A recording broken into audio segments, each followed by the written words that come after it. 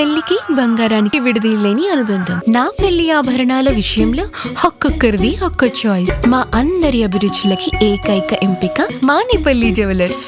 ఎన్నో ఏళ్ల తర్వాత భువనగిరి కోటపై కాంగ్రెస్ జెండా ఎగరవేసిన ఎమ్మెల్యే అనిల్ గారు ప్రస్తుతం ఉన్నారు. వైకుంఠ ఏకాదశి సందర్భంగా వైకుంఠ ద్వార దర్శనం కోసం ఈ రోజు ఆయన స్వర్ణగిరి టెంపుల్ కి రావడం జరిగింది. ఒకసారి మాట్లాడదాం. రాష్ట్రంలో చాలా సంచలనాలు కల్పిస్తూ ఉన్నాయి. మరోవైపు ఈ దర్శనాలు కూడా చేసుకోవడానికి ఈయన వచ్చారు.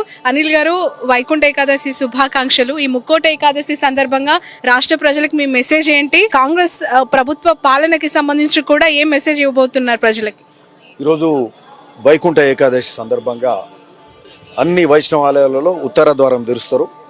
సో ఈరోజు రాష్ట్రం అంతటా కూడా భక్తులు వైష్ణవ దేవాలయాల దగ్గర వేలాది మంది మరి దర్శనాలు చేసుకుంటున్నారు. ఈ సందర్భంగా మా భువనగిరిలో ఒక గొప్ప ఆలయం వచ్చింది, స్వర్ణగిరి ఆలయం. ఒక సంవత్సరం అవుతుంది. ఇక్కడ అందరం మేము మా మిత్రులు అందరం సహచరులం వచ్చి దర్శనం చేసుకున్నాం. సో ఈ సందర్భంగా భువనగిరి ప్రాంత ప్రజలందరికీ వాళ్ళ కుటుంబాలు అంతా చల్లంగా ఉండాలి, ఆ స్వామివారి ఆశీస్సులతో అని చెప్తూ రాష్ట్రం అంతా కూడా సుభిక్షంగా ఉండాలి. రేవంత్ రెడ్డి గారి పాలన దిగ్విజయంగా జరుగుతుంది, అంత గొప్పగా జరుగుతుంది, అన్ని కార్యక్రమాలు మంచిగా జరుగుతున్నాయి. ఈ మధ్యలోనే అంటే అన్నిటికంటే నేను గొప్పగా ఎక్కువ సాటిస్ఫై అయింది ఏంటంటే 40% మెస్ ఛార్జీలు ఎస్సీ ఎస్టీ బీసీ గురుకులాలు మైనార్టీ స్కూల్స్లల్లో 40% మెస్ ఛార్జీలు పెంచి మంచి ఆహారం ఇచ్చే కార్యక్రమం చేస్తారు, మంచి చదువులు చెప్పే కార్యక్రమం చేస్తారు. ఒక ధనికుడు, ఒక మంచి ఆసామి, ఓ రైతు ఇంట్లో కూడా అట్లాంటి భోజనం ఉండదు. సో ఆ విధంగా పేద పిల్లలకు వాళ్ళ ఆరోగ్యం మంచిగా ఉండేటట్టు, వాళ్ళ చదువులు బాగుండేటట్టు, అంతేగాక ఇంటగ్రేటెడ్ స్కూల్స్ పెట్టే కార్యక్రమం ఇవన్నీ కూడా జరుగుతున్నాయి. చాలా సంతోషం. మా ప్రాంతంలో కూడా ముఖ్యంగా భువనగిరి నియోజకవర్గంలో మాకు సంబంధించి ఇది ఒక ఆధ్యాత్మిక కేంద్రంగా భువనగిరి అభివృద్ధి చెందుతుంది. ఓ పక్క యాదాద్రి లక్ష్మీ నరసింహస్వామి 6 కిలోమీటర్ల దూరంలో తెలంగాణ ఎలవేల్పు, మరి వారు ఆ ఆలయం ఇక్కడ స్వర్ణగిరి గొప్పగా తీర్చిదిద్దబడే ఆలయం భువనగిరిలోనే. సో ఈ విధంగా వేలాది మంది ప్రయాణికులు ఇక్కడికి వస్తారు. ఒక టూరిస్ట్ సెంటర్గా ఆధ్యాత్మిక కేంద్రంగా వెరిసెలుతుంది. కాబట్టి ఇక్కడ ప్రయాణికులకు బస్ స్టాండ్కి పోతే అసలు బస్సులు కూడా దొరుకుతలేవు. ఈరోజు 6 బస్సులు కొత్తగా ఆర్టీసీ బస్సులు ఈరోజు స్టార్ట్ చేస్తున్నాం 11 o'clock. సో ఈ విధంగా అన్ని విధాలల్లో భువనగిరి అభివృద్ధి చెందుతుంది. భువనగిరి ఫోర్ట్ కూడా డెవలప్మెంట్ అవుతుంది. టూరిస్ట్ సెంటర్గా దానికి రోప్ వే కానీ, అక్కడ లైబ్రరీ కానీ, పార్క్స్ కానీ, కమ్యూనిటీ సెంటర్స్ కానీ ఇవన్నీ కూడా 100 కోట్లతోటి అభివృద్ధి చేసే కార్యక్రమం భువనగిరి ఫోర్ట్ కూడా జరుగుతుంది. ఒక నియోజకవర్గంలో ఒక ఎమ్మెల్యేకి ఏదో ఒక దేవాదాయ శాఖకు సంబంధించిన టెంపుల్ ఉంటుంది, దాని అభివృద్ధి, దాని కాన్సన్ట్రేషన్ ఉంటుంది. కానీ మీ అదృష్టం, మీకు ఎడం పక్కనేమో నర్సన్న, కుడి పక్క ఏమో వెంకన్న ఉన్నారు. మీకు చాలా బాధ్యత ఉంది. మరి ఎలా చూస్తారు దీన్ని? సో గొప్పగా వెరసెల్లుతుంది. ఈ ప్రాంతం అంతా కూడా అభివృద్ధి చెందుతుంది. సాగునీరు కాలువలకు నీళ్లు వస్తున్నాయి. ముఖ్యమంత్రి గారు పాదయాత్ర ఇక్కడికి వచ్చిండ్రు. మూసి పునరుజ్జీవింపజేసే కార్యక్రమం జరుగుతూ ఉన్నది. కలెక్టర్ గారు కూడా వచ్చిండ్రు.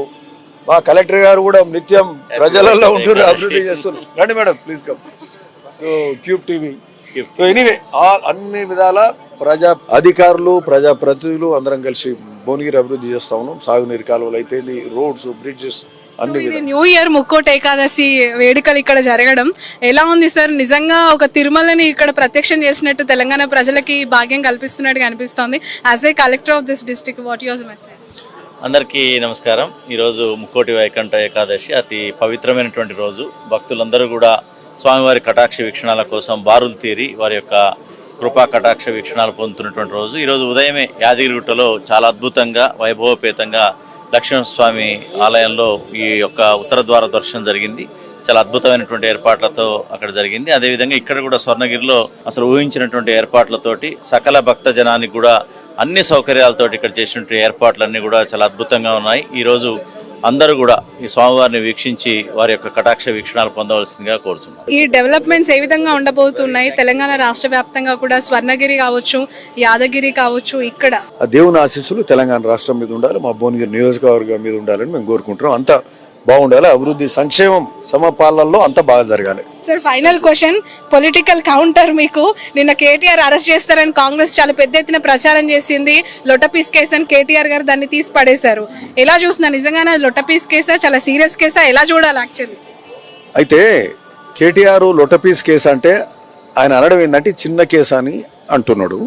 సరే, చిన్న కేసే కావచ్చు, ఇది ఇప్పుడే మొదలైంది. ఇంకా ఆయనకు ఇంకా రానున్న ఇంకా పెద్ద కేసులు ఉన్నాయి. కాళేశ్వరం కేసు ఉంటుంది, ఆయన ఫోన్ ట్యాపింగ్ కేసు ఉంటుంది. ఎన్ని కేసులు పెట్టినా దొరకను నేను అంటున్నారు ఆయన. అంటే దొరకను అంటే నేను దొంగననే చెప్తున్నట్టే కదా అతను. అంటే ఎక్కడ అవినీతి జరగలేదు, చాలా నిష్పక్షపాతంగా మేము ఈ ప్రభుత్వాన్ని రోజు తెలంగాణ రాష్ట్ర ప్రజలందరికీ తెలుసు దోసుకున్నారు, 1000 కోట్లు ఒక్క కుటుంబం దోసుకుంది. అందుకనే బుద్ధి చెప్పిండ్రు.